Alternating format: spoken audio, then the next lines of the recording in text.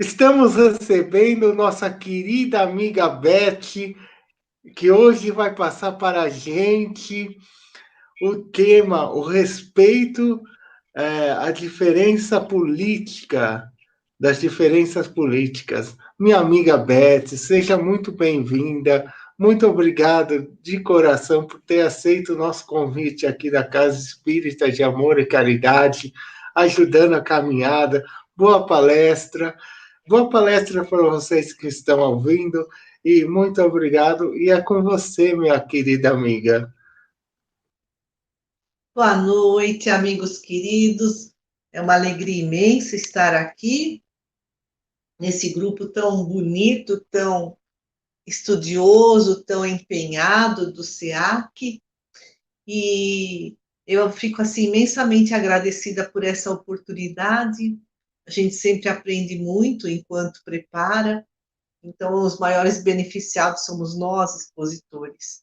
Então, eu inicialmente gostaria de elevar o pensamento a Deus, a Jesus, aos mentores amigos do SEAC, aos nossos mentores, para que nos inspirem, nos amparem nesses próximos minutos, para que possamos entender da melhor forma possível esses ensinamentos maravilhosos que Jesus nos trouxe, que a doutrina espírita nos deixou e que amigos de alta evolução espiritual também continuam nos trazendo.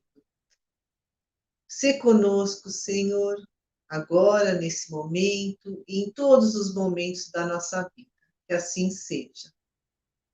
Beth, Bom, só inicialmente, vamos fazer uma homenagem à Solange, Beth. sim, sim, Desculpa te, imagina, claro.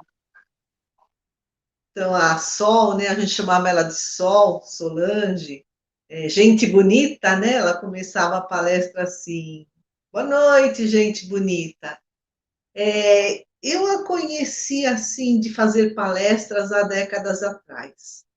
E eu sou imensamente grata a ela, falei isso para ela, uma oportunidade, porque ela mudou a minha vida.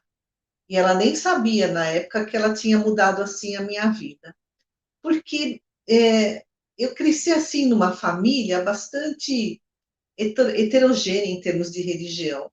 Meu pai era presbiteriano, minha mãe era católica, minha avó testemunha de Jeová. Aí eu cresci no catolicismo.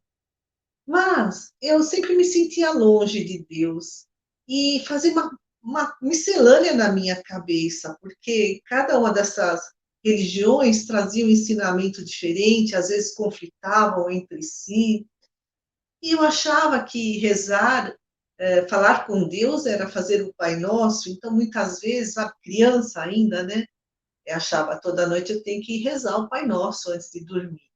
Muitas vezes dormia antes de terminar a oração e no dia seguinte sempre me sentia bastante culpada, culpada. Nem imaginava que um oi, meu Deus, me socorre já é uma oração. Mas aí o meu filho, ele era pequenininho, tinha bastante crise de bronquite e o médico falou, olha, Beth, você leva ele no centro espírita para fazer um tratamento espiritual, ajuda bastante. Eu trabalhava num banco, uma colega minha, uma amiga minha também, que está hoje na pátria espiritual, a Marina, ela falou, eu vou te levar num centro. Marina, não vou não, não vou. Tinha uma ideia totalmente errada do que fosse o espiritismo, um centro espírita, tinha medo, preconceito. Falou, vai sim, eu vou passar na tua casa e vou te levar. Isso foi há 29 anos atrás, então tinha poucos centros espíritas aqui no ABC. Então ela me levou lá no centro lá do bairro dos Casa, o Maria de Nazaré. Bom, quando eu cheguei, eu fiquei encantada com a simplicidade do local, senti um cheiro de ervas, né, que dizem que tem toda uma fazenda fitoterápica no plano astral do Maria de Nazaré. E era a primeira vez que eu ia no centro espírita, era a primeira vez que eu assistia uma palestra espírita, nem sabia o que seria, toda assim cheia de defesas. E quem estava fazendo a palestra era a Solange. E eu lembro muito bem o conteúdo, a fala dela. Num certo momento ela disse assim: olha, todos que aqui estamos, não importa se nós somos espíritas, católicos, protestantes, evangélicos, umbandistas, a religião não importa. O que importa é fazer o bem. O que importa é o amor que a gente possa dar ao próximo. Nossa, aquilo foi uma resposta para mim de uma dúvida que eu alimentava desde menina. Então eu pensei, nossa, é aqui que eu vou ficar.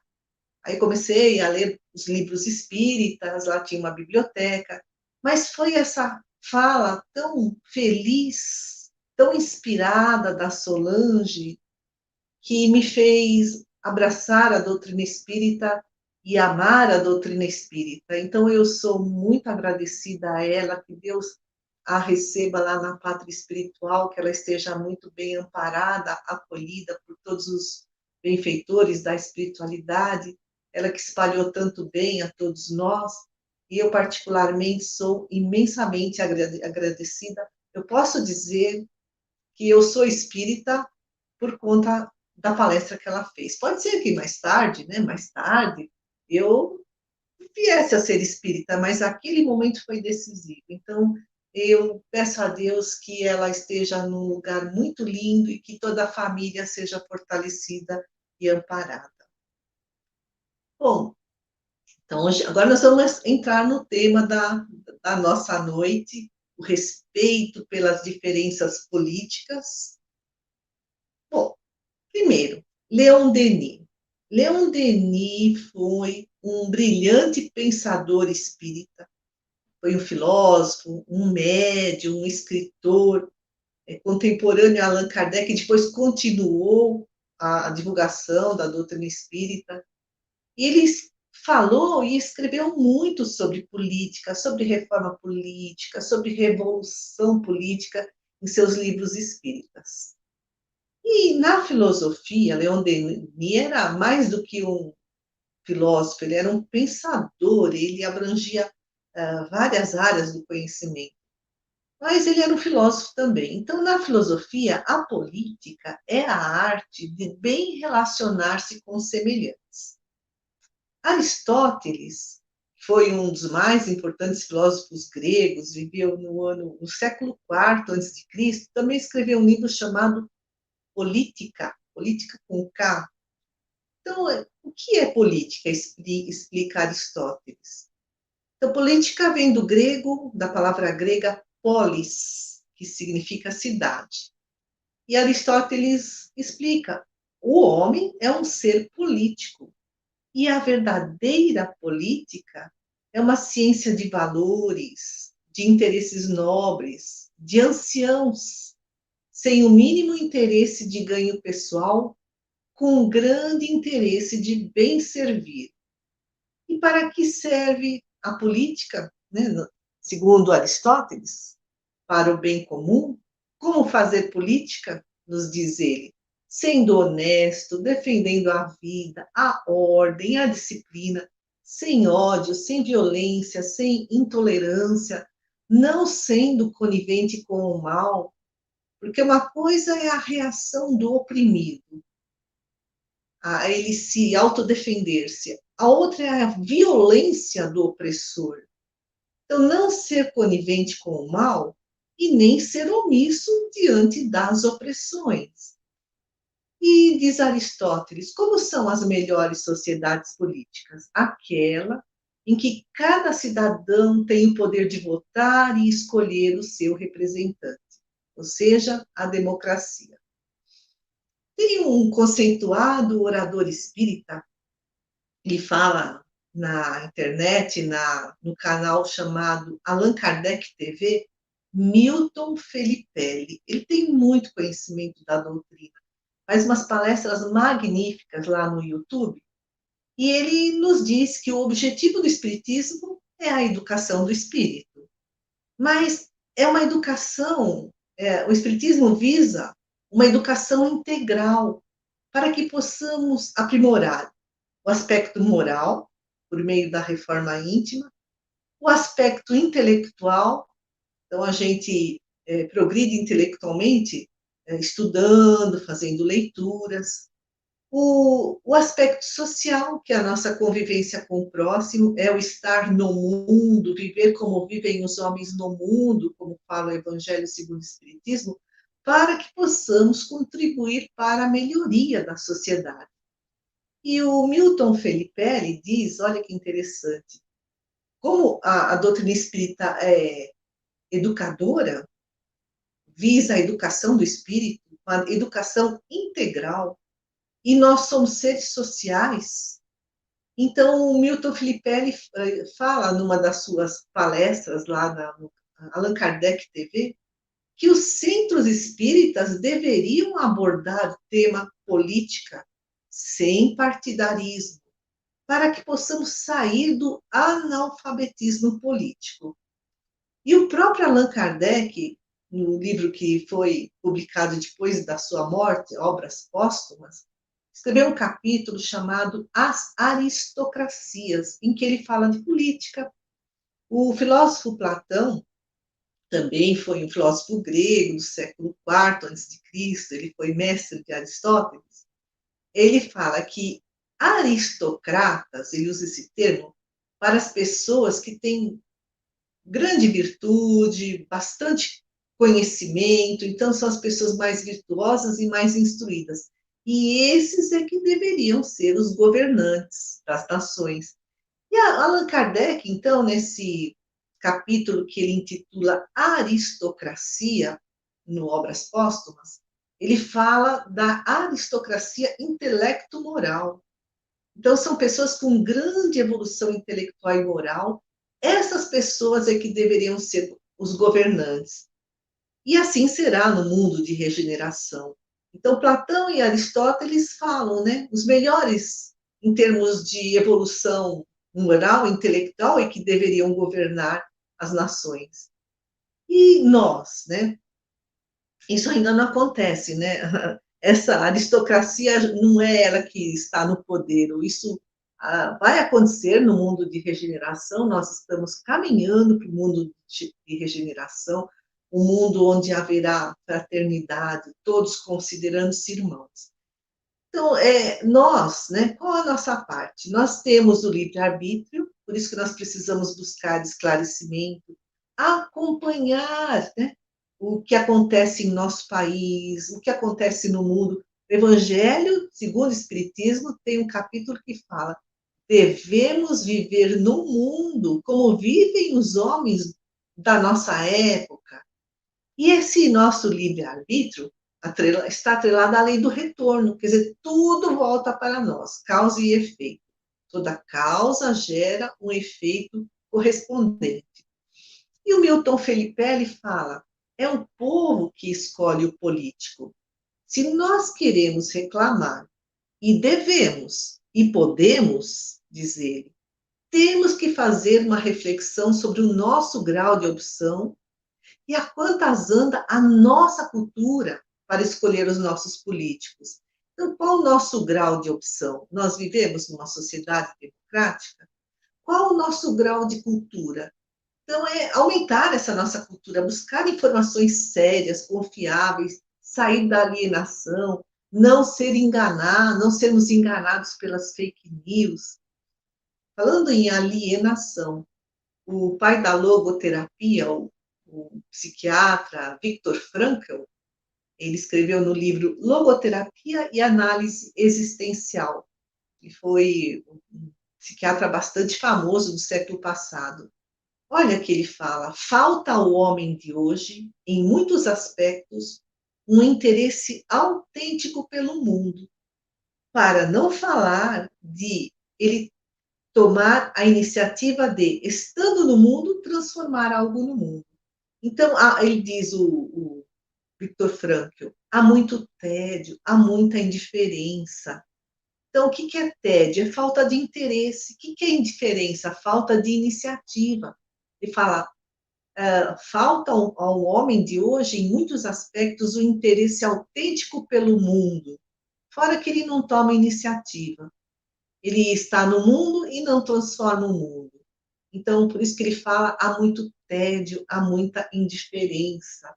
Tem uma frase fantástica de um rabino que é, né, um sacerdote da cultura judaica que viveu no século I depois de Cristo. Hillel, bastante famoso, né, na história judaica. O Hillel foi avô de Gamaliel. Gamaliel foi mestre de Paulo de Tarso. E Hillel, referindo-se a sair da alienação, a sermos responsáveis, ele escreveu: se eu não for por mim, quem será? Ou seja, sermos protagonistas da nossa história, termos essa iniciativa, esse determinismo, não ficar, né, nesse marasmo, nessa alienação. E continua aí, Léo, né? Se eu não for por mim, quem será? Mas se eu for por mim, se eu for só por mim, se eu for só por mim, que serei eu? Quer dizer, se for só por ele, é uma pessoa cheia de interesses egoístas. Não, é preciso pensar, em primeiro lugar, no bem da comunidade. Essa é a função da política. Então, diz Léo, se eu não for por mim, quem será? Se eu for só por mim, que serei eu? Se não agora, quando? Então, aproveitar a oportunidade de agir no bem. Por isso, pensemos com muito cuidado nas escolhas que estamos fazendo, porque quanto melhor a preparação de um povo, quanto mais instruído, mais informado, atualizado, melhor será a escolha dos políticos. E nesse raciocínio, o Platão, né, também aquele filósofo, né, professor de Aristóteles, lá da Grécia, escreveu: o cidadão que se dedica exclusivamente às questões particulares, que negligencia a vida política, é responsável pelo ambiente degradante em que vive.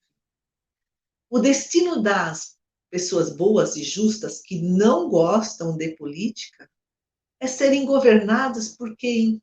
Por pessoas que não são nem tão boas e nem tão justas, mas que gostam de política. Então, tem muitas pessoas, e eu me enquadrava também nesse aspecto, né, que dizem, eu odeio política. Ou então outros generalizam, todos os políticos são corruptos. Na verdade, isso é analfabetismo político.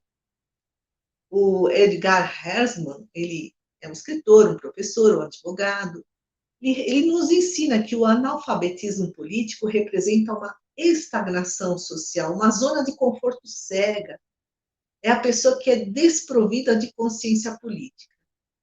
E Bertolt Brecht, ele foi um poeta, dramaturgo muito famoso, viveu na Alemanha no século passado. Ele nos explica de uma forma clara o que é o analfabeto político. O analfabeto político não lê, não analisa o que ouve, e o que lê e o que ouve assimila como verdade, sem análise, sem crítica. Por isso ele se torna facilmente manipulável. Ele se torna vítima fácil das fake news. E pior, ainda vai espalhando essas fake news pelas redes sociais.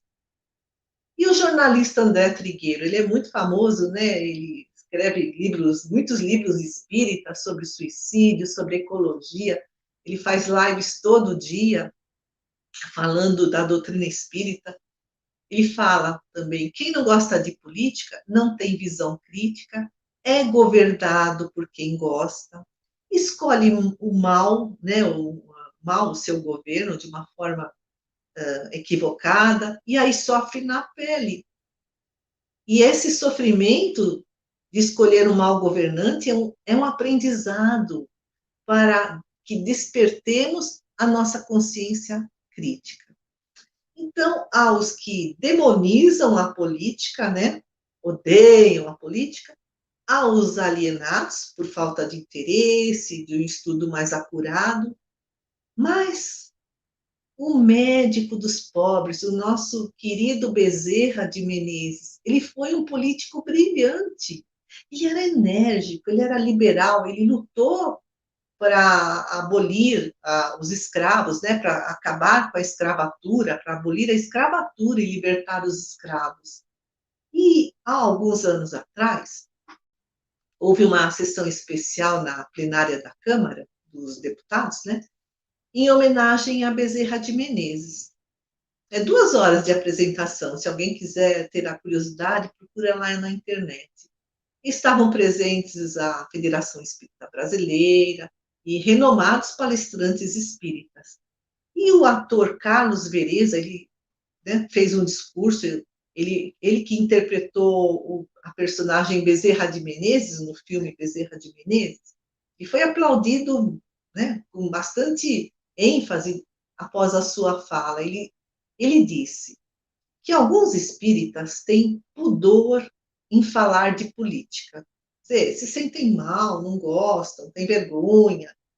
E olha que coisa interessante que a reflexão de Carlos Vereda, que Jesus foi o maior político da história. A expulsão dos mercadores do templo, a crítica que ele fez à hipocrisia dos fariseus, a sua morte na cruz, tudo isso foram atos políticos. E o Carlos Vereza fala que muitos espíritas assumem uma atitude angelical, mas não veem que há tantas injustiças sociais, que há tanto desemprego, tantas pessoas sem teto, tantas pessoas sem comida. E aí ele nos puxa a orelha, Carlos Vereza. Não podemos falar só de angelitude, precisamos falar das condições do nosso dia a dia, da violência, da corrupção, da miséria, da intolerância.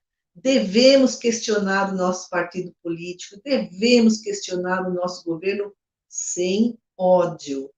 E o Carlos Vereza completa, né? Há uma batalha entre o bem e o mal, tanto no plano espiritual como no plano material, e essas trevas querem atrapalhar a missão do Brasil como coração do mundo e pátria do Evangelho. Por isso, nós precisamos fazer a nossa parte para transformar o planeta Terra num mundo de regeneração. Então, ele falou isso lá na plenária da Câmara, em homenagem a Bezerra de Menezes, com altas autoridades, pessoas renomadas da doutrina espírita, e ele foi amplamente aplaudido. E o Bertolt Brecht, aquele dramaturgo, poeta alemão, ele também disse que devemos ter a noção da situação política e agir de modo a trazer mudança, exercendo a nossa cidadania plena, mas com ética. Então, nós falamos de analfabetos políticos. Mas e quanto à intolerância política, a falta de respeito àqueles que têm uma opinião política diferente da nossa? Isso é preconceito. E quanto a isso? Preconceito. Albert Einstein até trouxe uma frase famosa, né, um grande físico alemão do século passado. Triste época a nossa. É mais fácil desintegrar um átomo do que um preconceito. Então, preconceito é qualquer opinião sem um exame crítico, é quando a gente faz uma generalização apressada, sem fundamento, por exemplo, quando a gente fala assim, todos os políticos são corruptos. E isso nos leva a desenvolver um sentimento de hostilidade, de ódio. E existem preconceitos mais visíveis, existem preconceitos assim não tão visíveis, né? Então tem o preconceito racial, preconceito religioso, o preconceito ao idoso, a escolha da orientação sexual, a opinião política do outro. E as redes sociais acabam se transformando em grandes palcos de intolerância. Criam-se guetos ideológicos no Facebook, assim, sabe? Nichos, espaços fechados. Esther Solano, ela é uma cientista social da USP, e ela escreve, né, também vários artigos, tá também, só procurar lá na internet por o nome dela. Ela diz que a internet pode ser uma plataforma democrática muito poderosa, mas tem um outro lado. Criam-se bolhas de informação e uma espiral de afirmação da posição ideológica de um mesmo grupo. Então, aquele grupo briga pelas suas ideias e não abre a mente para ouvir o outro grupo. Então, ela diz que não há um debate com aquele que tem uma outra informação ou uma opinião contrária. É uma incapacidade enorme de diálogo. E quem tem uma opinião política diferente é considerado inimigo. E aí gera-se essa política do ódio. Ela diz a Esther Solano, com o adversário político há uma troca de ideias, mas com o inimigo não. O objetivo é silenciar-lhe a voz. E as redes sociais, então, elas se transformaram nesses enormes espaços para a intolerância, ainda mais porque há a possibilidade do anonimato. Né? Tem gente que abre aí né, assim, o seu Facebook com outro nome, ela não se identifica, e aí fala, é, planta ódio nas redes sociais porque ela não está sendo reconhecida, não está sendo identificada. E tem outro fenômeno que acontece nas redes sociais que se chama cancelamento. Cancelamento é um termo que está surgindo agora, né? O que significa isso? É excluir o outro, é odiar o outro, e se puder, destruir o outro. São discursos de ódio, de polarização, que destrói a democracia e o respeito à pluralidade, à diversidade de opiniões. Esther Solano explica que o Brasil sempre teve uma dinâmica de classe muito perversa, com elites econômicas e políticas ao lado de uma massa social empobrecida. Então, diferença de classe muito grande. E há muito discurso de ódio contra os movimentos sociais. E a polarização, diz ela, vai na contramão de um governo democrático. Polarização é 8 ou 80, né? Ou eu sou de esquerda ou sou de direita, eu sou monarquista ou sou republicana, eu não quero nem ouvir o lado contrário. E um lado sempre acha que tem superioridade em relação ao outro, que é o dono da verdade. Não existe meio termo. Quem está no meio termo, aliás, nem consegue falar, né? Ele é silenciado. Isso gera um empobrecimento de informações, formam-se dois grupos que não conseguem debater suas ideias, que escutam só o que querem escutar e não dão espaço para outros falarem. Isso é intolerância, a falta de respeito à opinião política do outro, né? Então, as pessoas só escutam o que lhes convém, há uma ausência total do diálogo, e formam-se, então, essas bolhas de pensamento. As pessoas, o que é essa bolha de pensamento? As pessoas intolerantes só falam com as pessoas que pensam da mesma forma que elas. Não há abertura para a troca de ideias.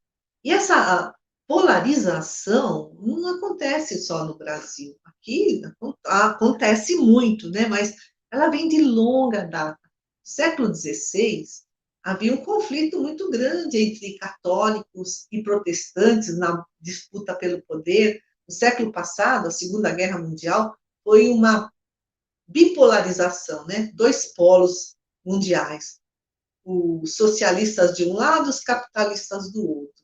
A Guerra Fria também foi a continuidade da Segunda Guerra Mundial, lá no século XX, né? Também era a polarização de dois blocos, americanos e soviéticos.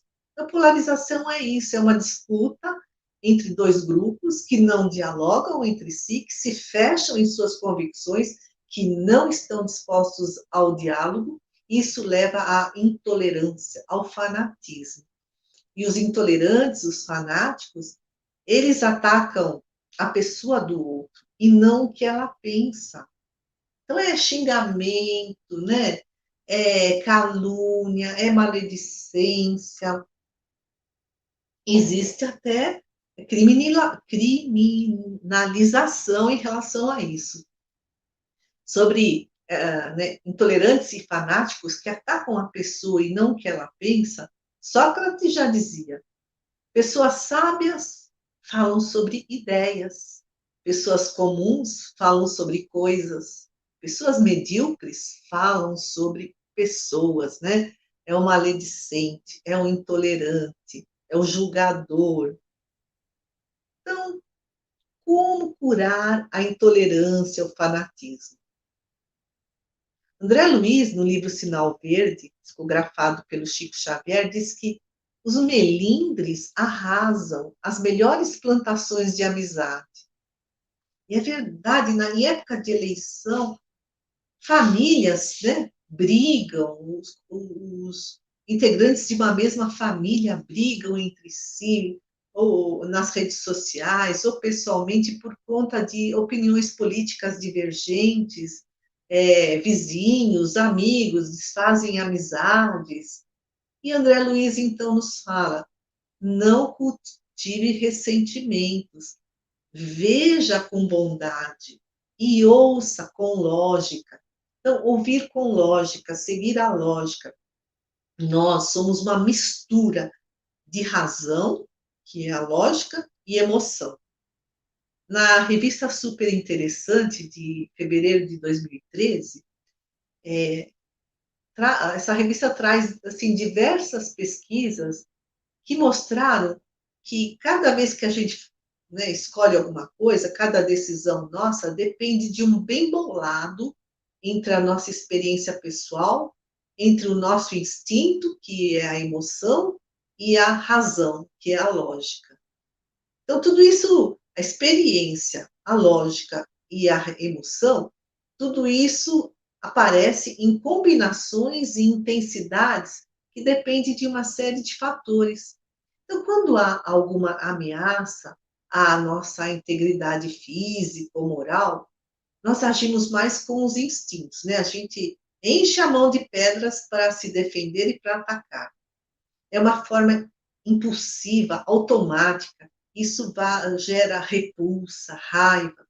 Mas quando surge um problema mais complexo, que exige uma análise mais acurada, mais demorada, que envolve uma solução de longo prazo, a gente faz o equilíbrio entre a razão e a emoção. Então, nessas situações, nós desligamos o piloto automático, né, os nossos instintos, as nossas emoções descontroladas, e caprichamos na comparação dos prós e contras. Então, esse é um dos caminhos para a gente deixar de ser intolerante, né? Não deixar extravasar aquela raiva, né? Aquela repulsa só porque o outro tem uma opinião diferente de mim. Abrirmos-nos para novas ideias, analisarmos os prós e os contras. A gente não precisa concordar com o que o outro diz, com o que o outro pensa, mas também não precisamos brigar com ele. E precisamos respeitar, porque assim como ele pensa diferente de mim, ele também, né, deveria me respeitar e eu a ele. E olha, o Prêmio Nobel de Ciências Econômicas de 2002 foi Daniel Kahneman. Escreveu um livro, não sei se nem se tem tradução em português, Thinking Fast and Slow, pensando rápido e devagar. Ele fala assim: fazemos muitas escolhas erradas quando nos deixamos guiar pela confiança, aquela confiança cega, né? Fanatismo, e pelos preconceitos, pela intolerância, ou seja, quando damos crédito demais às nossas emoções e sentimentos, a ponto de ignorar a lógica. Então, façamos uma autoanálise para que a gente combata a nossa intolerância, o nosso preconceito, a nossa falta de respeito para com a opinião política do outro. Façamos uma autoanálise. Como está o nosso equilíbrio, né, entre emoção e razão? E agirmos com prudência, com paciência, sermos humildes, colocarmos-nos no lugar do outro, isso é empatia. Tentar entender o mundo como ele entende, tentar ver o mundo como ele vê, tentar me colocar no lugar dele, não achando que somos os donos da verdade. Desenvolver a curiosidade e buscar novas ideias, porque nós somos bilhões aqui nesse planeta, cada um vê o mundo de uma forma diferente, percebe o mundo de um jeito diferente, entende o mundo de um jeito diferente. Existe uma multiplicidade de visões de mundo, ninguém é igual a ninguém. Então, buscar esclarecimentos, tomar muito cuidado com as fake news. O jornalista André Trigueiro, ele diz em relação às fake news que os grupos dominantes usaram a retórica, que é a técnica da persuasão, por meio das redes sociais, das fake news, para gerar ansiedade, angústia, medo, cólera, para disseminar a intolerância política. Por isso, diz André Trigueiro, nós precisamos abrir os olhos. E antes de compartilhar, checar a veracidade da informação. Aquilo que me passaram é verdadeiro ou é tudo fake news? Até o espírito Viana de Carvalho, Chico Xavier ainda estava encarnado, né? Foi ele que psicografou. Ele fala, ele escreveu: os replicadores que propagam conteúdos apelativos, violentos, que disseminam intolerância, raiva, ódio, cólera, inequivocamente terão destinos terríveis. Isso ele escreveu no século passado, o espírito Viana de Carvalho, né? Os replicadores, aqueles que compartilham, né? Então, hoje, todos nós, os que usamos as redes sociais, nós somos replicadores, estamos sempre compartilhando. Precisamos, então, fazer um exame de consciência. Qual é o propósito desse compartilhamento? Eu quero gerar mais ódio? Eu quero caluniar o outro? Emmanuel, no livro Fonte Viva, referindo-se à carta de Paulo de Tarso, ele fala: não sabeis que um pouco de fermento leveda a massa toda?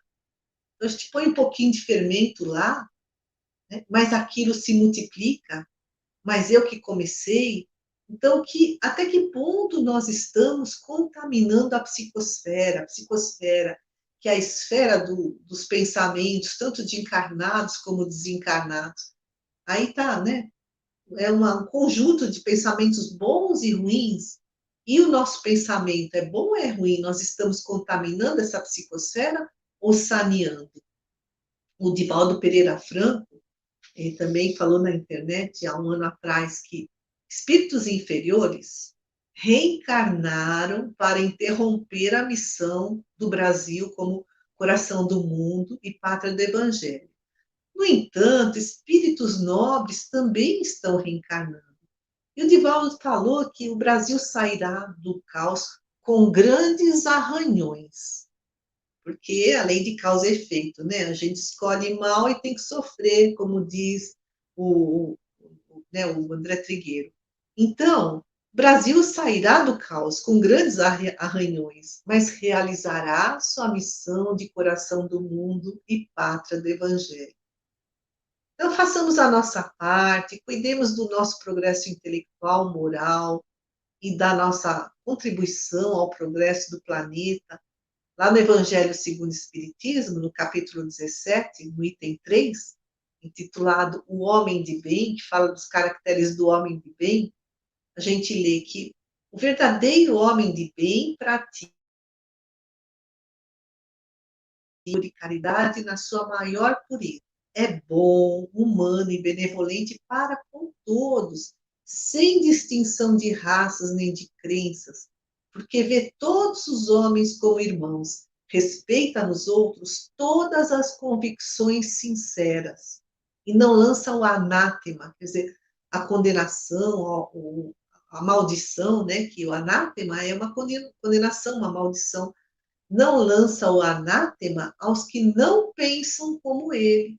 Está lá no Evangelho segundo o Espiritismo, no capítulo 17, Sede Perfeitos, né? Então, o homem de bem não se omite diante da injustiça, mas também ele não tem ódio, não tem rancor, não tem vingança, ele respeita todos os direitos do próximo.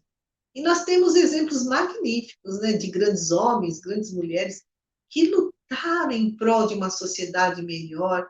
Temos os livros da codificação, e várias outras obras espíritas. Então, nós precisamos acordar, sair do marasmo, do preconceito, da intolerância. Precisamos eliminar velhos paradigmas, né? Aquela coisa de ficar na concha, na zona de conforto, ou então não abrir a cabeça para o novo. Então, precisamos eliminar esses velhos paradigmas e construir pontes em vez de muros, ensinando, exemplificando o bem viver, né? A justiça social e, sobretudo, resgatando os ensinamentos de amor ao próximo, né? Como a nós mesmos, como nos ensinou Jesus.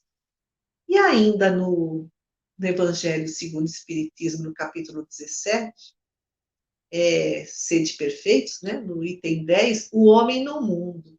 Então, o Espírito protetor nos aconselha purificar os nossos corações, eliminar os pensamentos fúteis ou mundanos, elevar nossos pensamentos para que possamos entrar em sintonia com os bons espíritos, produzir frutos de caridade e justiça.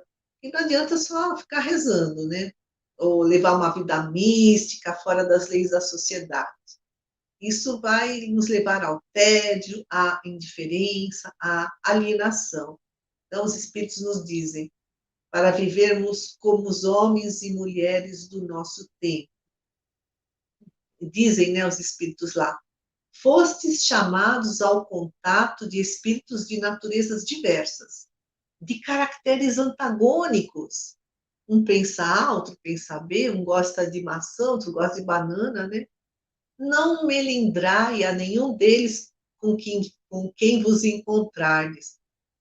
E também no Livro dos Espíritos, na questão 799, os Espíritos nos falam para destruirmos os preconceitos de seitas, de castas, de cor. Sejamos todos solidários, unidos como irmãos. E, finalizando, o André Trigueiro, no livro que ele escreveu, Espiritismo e Ecologia, ele diz que a nossa atual encarnação é como um vestibular, um Enem espiritual, porque a gente vai ser, é o joio e o trigo, né? A gente vai ser filtrado. Eu vou ter mérito de voltar a renascer no planeta Terra, que será um mundo melhor, ou vou ser expurgado para um mundo mais primitivo?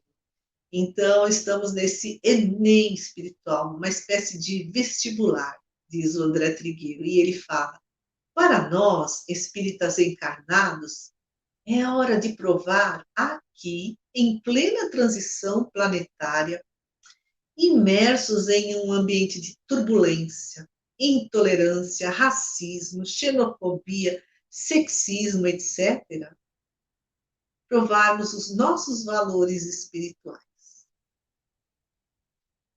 Então, eu gostaria de pedir a todos que aqui estamos, fazermos uma vibração ao nosso planeta, a todos os governantes de cada nação, a todos os habitantes desse planeta lindo, esse planeta azul, que haja paz aos homens de boa vontade. Queremos mandar uma vibração muito amorosa a todos aqueles que passam por dificuldades, aqueles que estão sofrendo pela fome, pelo desemprego, por não terem um teto para morar, pela doença. Nós queremos pedir, Senhor, ampara, proteja todos os hospitais, seus trabalhadores, todos lá que estão internados, e também uma vibração de muito amor para todos aqueles que estão partindo para a pátria espiritual, bem como aos mentores amigos que os recolhem e que nos assistem. E queremos também mandar bastante amor para todas aquelas pessoas que moram na rua, aos que estão em orfanatos e asilos. Senhor, abençoa também a nós mesmos, aos nossos lares e familiares. E nós pedimos, Senhor, dá-nos força para que possamos, nesse mundo de bastante desafio, de grande aprendizado, por conseguinte, seguirmos sempre adiante, com o coração cheio de confiança, cheio de empatia e de compreensão ao próximo. Elimina dos nossos corações, Senhor, qualquer resquício de intolerância, que possamos desenvolver a humildade e entender que todos somos irmãos. Senhor, sê conosco hoje e sempre. Graças a Deus e graças a Jesus.